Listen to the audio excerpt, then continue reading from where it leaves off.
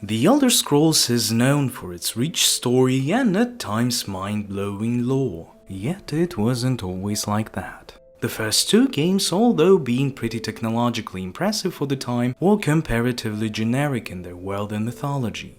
Today we'll talk about the guy who changed that and how his exclusion from the future projects will most likely doom the Elder Scrolls series. The lore's layout was beginning to truly establish itself in Daggerfall, with omnipresent till the time of Oblivion Crisis Uriel Septim and the whole Under King Muntala drama. However, other lore significant parts like deities and overall mythology were only vaguely described, making the game not much different from other titles like, say, Ultima. After the success of Daggerfall, next games for Bethesda were sort of a gamble. They tried to lean into dungeon exploration with Battlespire, which came to be a flop. Then they utilized True 3D to make a more adventure-style game with Redguard. And here is where our protagonist enters the scene. Michael Kirkbride began to work at Bethesda in 1996, starting really small working on textures for Daggerfall. It's funny how he was kinda mocked by Todd for not being able to use the 3D programs well. No wonders he made his sketches here. After the success of the second Elder Scrolls, he was assigned as a sort of a lore master for Redguard. And here is Kirkbride's impression on lore of the Elder Scrolls before the work on the game was set in motion. And that's when we realized we knew fuck all about the world. There was nothing except Daggerfall, which is very small.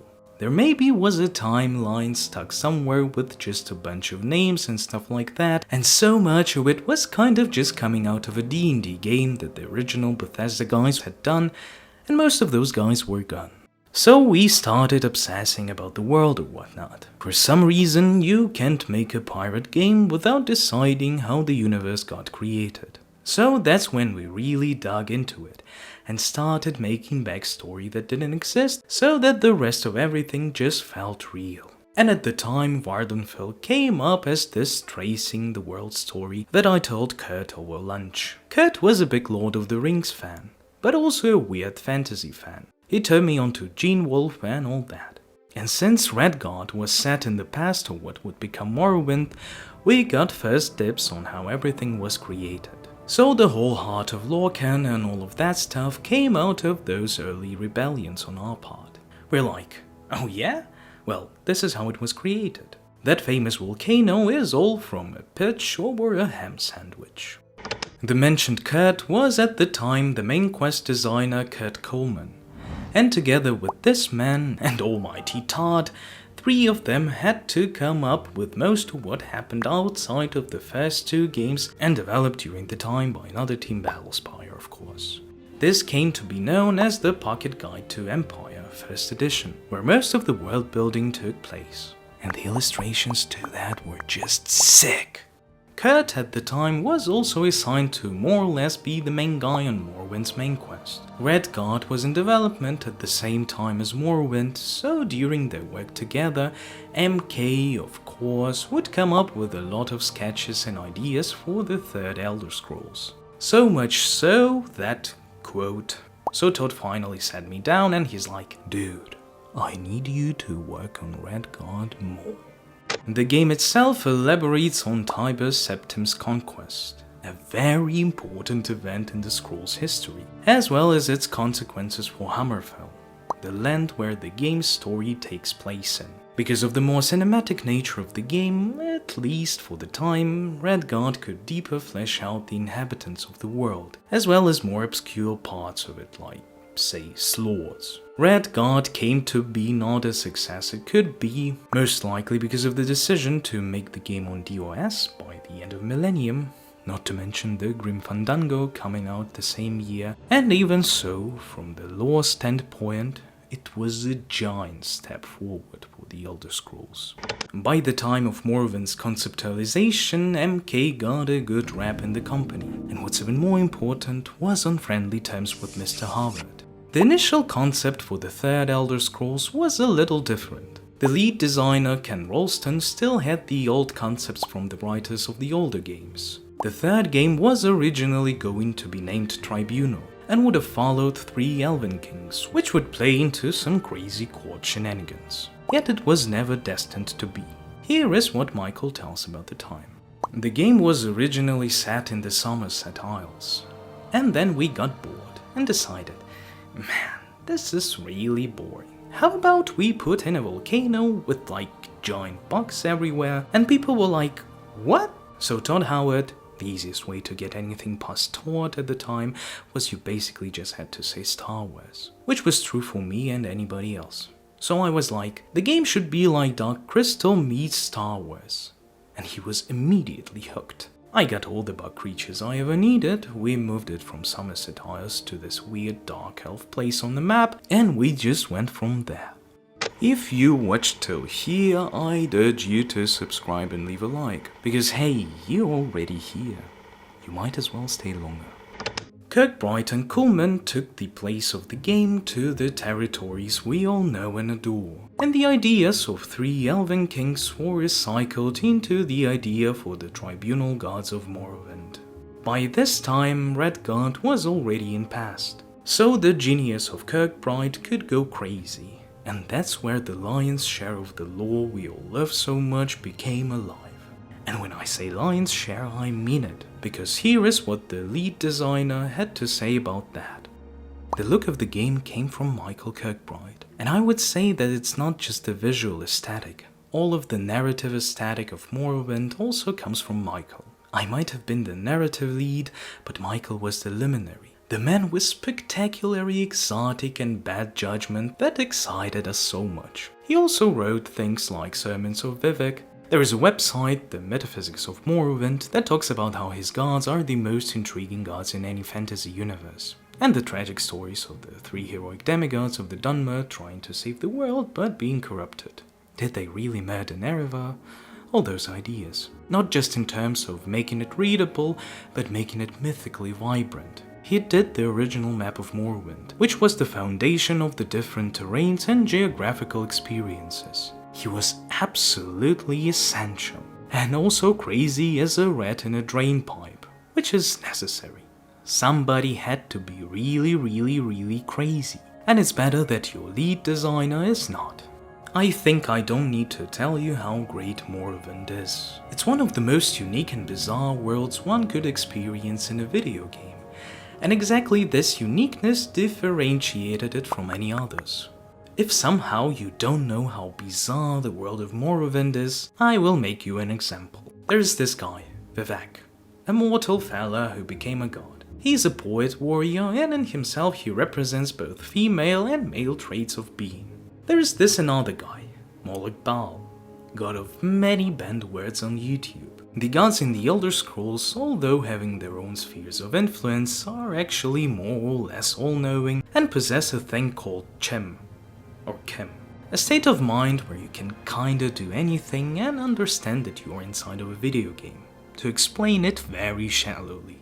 So this Vivek guy slept with Moloch Baal for 80 days to get to know the secrets of this Chem, got them, bit off the Winnie of the god, made that Winnie into his signature weapon, and skedaddled. All of that and many more is described in a very eloquent and wholly text-like form in 36 Lessons of Vivek. Those books are a joy to read, informative and strangely believable, which is no wonder considering Michael's theological education. Such a form of writing is used to describe many things, from traditions and history to the interactions between gods and demigods. The whole vibe of Vvardenfell in itself is a weird mix of Mongol, Chinese, Japanese, Persian and Arabic cultures, with its religion heavily influenced by Buddhism, and I'm all for this craziness. I find it also funny how Kirkbride had to trick Todd in order to put some of his madness into the game. Here is one example of that. I used to have this thing with Todd because he was one of those ones that's like, let's not make it too weird. So I'd bamboozle him. There was a period where I would actually draw a few different versions of a monster. The one that was weird and I wanted to be in the game, and then one that was fucking crazy. I'd go to Todd and I'm like, okay, I think I've got the mid-level creature set. And I'd show him a picture. He'd be like, nah dude, that's crazy. Then I'd go back to my office and I would act like I was drawing something new. And I'd just come back with the original drawing of what I really wanted to be in there. Like, hey, is this what you were thinking? And he'd be all, oh yeah, that's much better. That's great. Morrowind also came to be so believable not in the last place because of MK's writing philosophy. He aims to tell the dog story and the god story. What's it like for the peasant? How does magic seep down into the lives of everyday people? War, famine, things like that. To me, that's equally interesting to warfare between the gods, sometimes even more so. And we can see that everywhere. Even with all of the hardware limitation, I know what people of Morrowind export and import. I know how Dunmers from different great houses see the world. I even know what they like to eat and drink, what kind of alcohol is high grade and which one is drank only by working class. People of the world would sometimes cite some historical occurrences and how it influenced the land, and all of that is very interesting. The history sources in Morrowind are purposefully left ambiguous. You'll never know if Nerevar was killed or not, you'll never know if you are a true Nerevarin himself. Nobody will tell you that in the face. And that's just fascinating. Everything about the world is fascinating, and you want to explore it deeper and deeper. The main quest is just mind-blowing, complex and multifaceted, like any good story should be. Unfortunately, everything I've described is something that I can't really say about the other games. And here comes the time when the drama unfolds. In June 2000, Michael Kirkbride left Bethesda, when most concepts of Morrowind were already done. He still worked as a contractor, writing in-game books and giving consultations, yet he wasn't a part of Bethesda we know anymore. Some speculate it's because of substance abuse on the workplace, some says that he just moved, and even if it was because of the first reason, if the guy makes the central part of your games so incredibly unique, deep and fascinating, just let him do his thing obliterated. But it's just me. Coincidentally, two other main writers in the face of Kurt Coleman and Ted Peterson also left. Just a peculiar observation. And that's when it kinda went down the drain. Morrowind was a success that Bethesda has never seen. Rain of money and fame washed over them, and as you know, money makes money, yet kills passion. Having only Rolston from the team of old main designers and writers, Todd wanted to make the new Elder Scrolls roll on the wave of Lord of the Rings success. So the jungles of Cyrodiil, described in the first pocket guide to Empire, turned into generic European forests.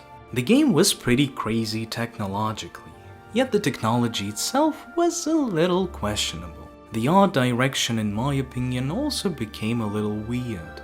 From the rough edges, slumps and pretty realistic depiction of reality, Oblivion went into a more fantasy-like plastic cardboard style. The faces alone take the cake with how goofy they wore.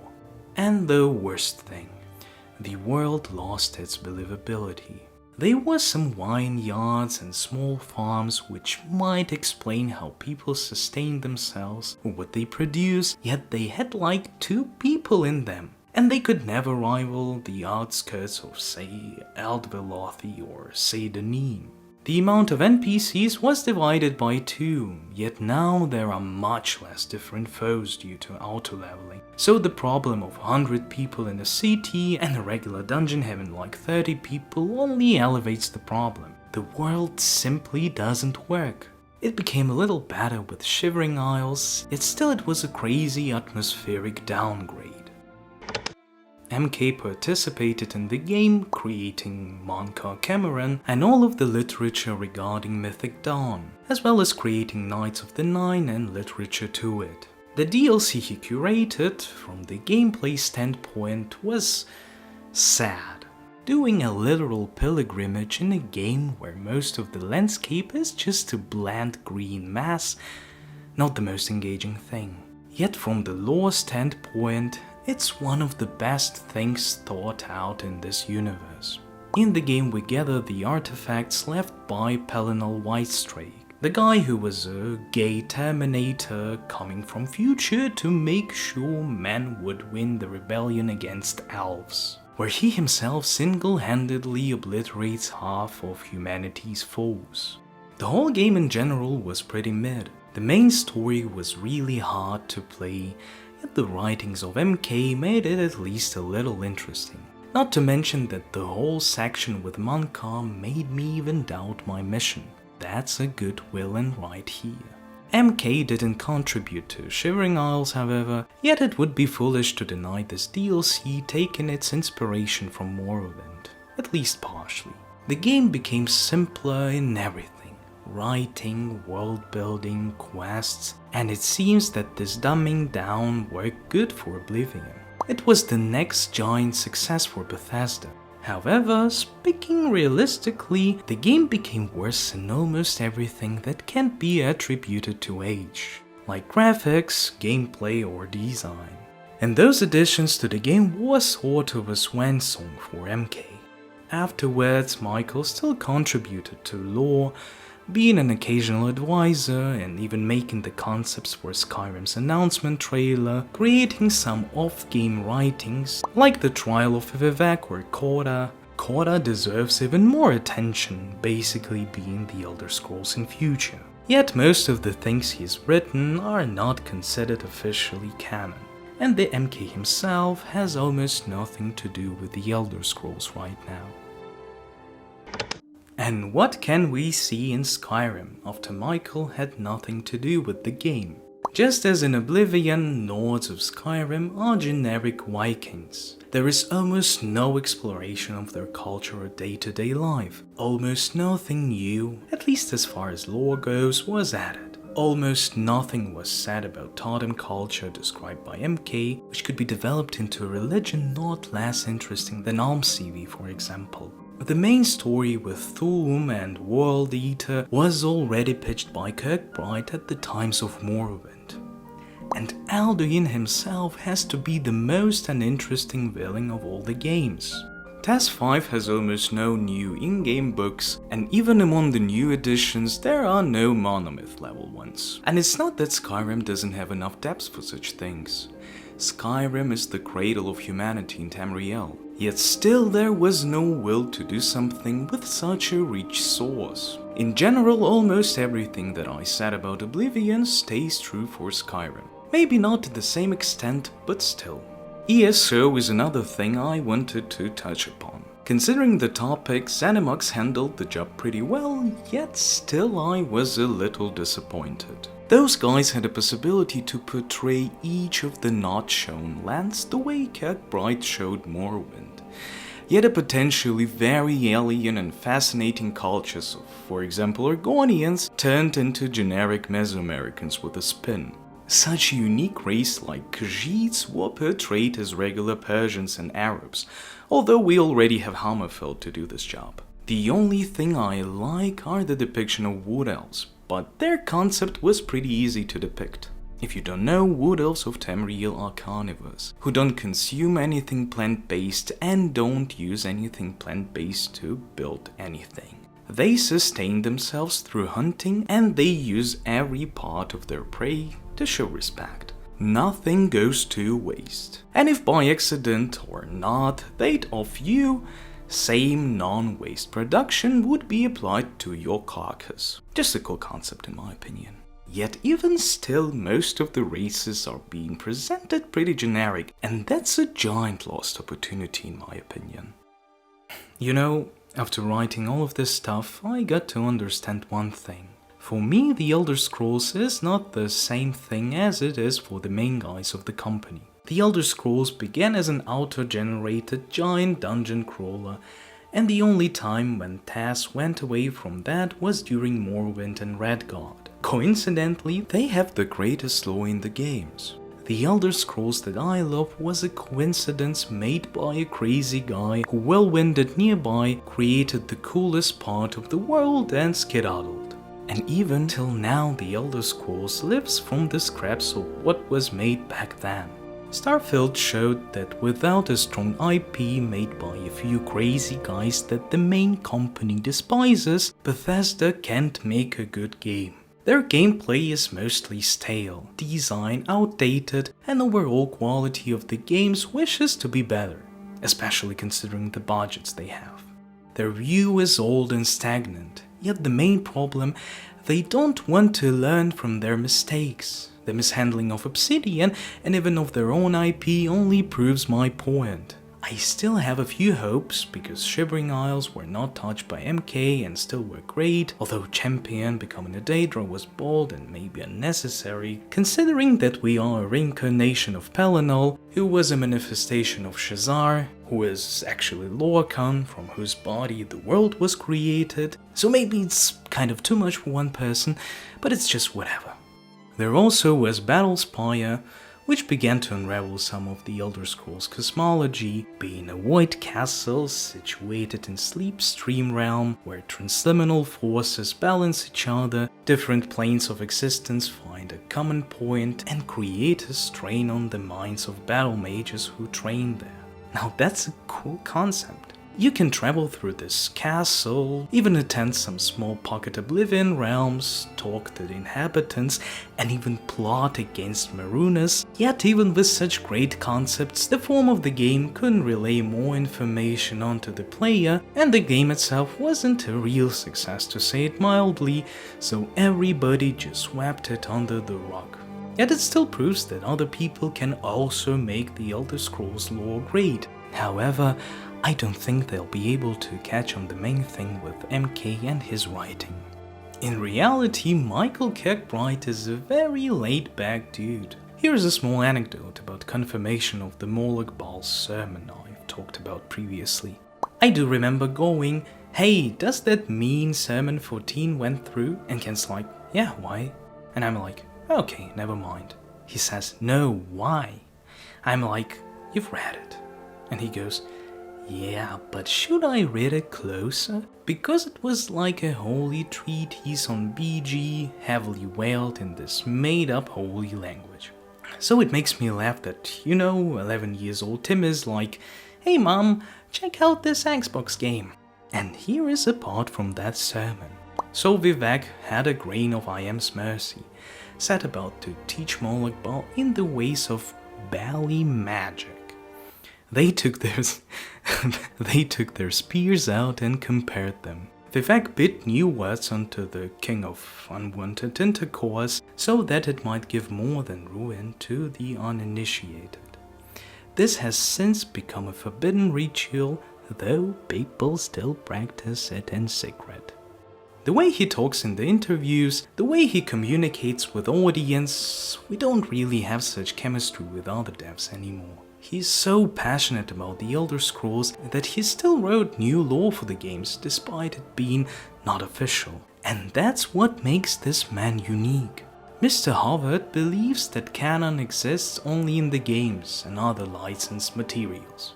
Kirkbride, however, delves deeper and says that canon is that what your opinion makes it to be, and he makes us believe it by using things like unreliable narrator and as of the author effect, where there are no solid sources of information. That was the ruling philosophy for world building from MK. That's what makes so many YouTubers literally make careers out of this world, and that's what Bethesda will most likely not be able to replicate.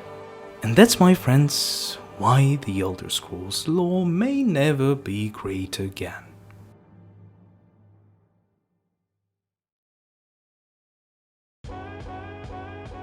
Thank you guys for bearing with me.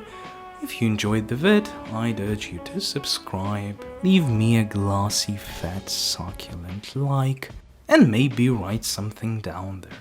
Maybe something you want to see in the future, or maybe how your day was. I will read it, I promise you. Thank you one more time and stay tuned, because there is much more to come.